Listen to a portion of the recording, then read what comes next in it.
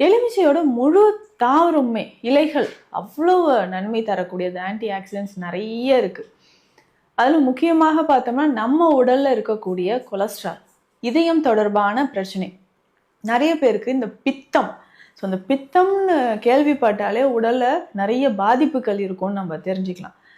நரைமுடி பிரச்சனையிலேருந்து கால் பாத்த வெடிப்பு, உடல் உஷ்ணம், டைஜஷன் சரியாக ஆகாதது, இந்த மாதிரியான நிறைய பிரச்சனைகள் இருக்குது. இது பித்தம் தொடர்பாக நமக்கு வரக்கூடியது. அப்போ பித்தம் நம்ம உடல்ல அதிகரிச்சு இருந்துச்சுன்னா எந்த மாதிரியான அறிகுறிகள் தெரியுன்றத நம்ம பார்த்துக்கணும். அப்போ பித்தம் அதிகரிச்சதுன்னா ஒரே வழி, ரொம்ப சிம்பிளா நம்ம எலுமிச்சையை பயன்படுத்தலாம். இதனுடைய மருத்துவ குணங்கள், ரிச் விட்டமின் சி இதுல இருக்கு.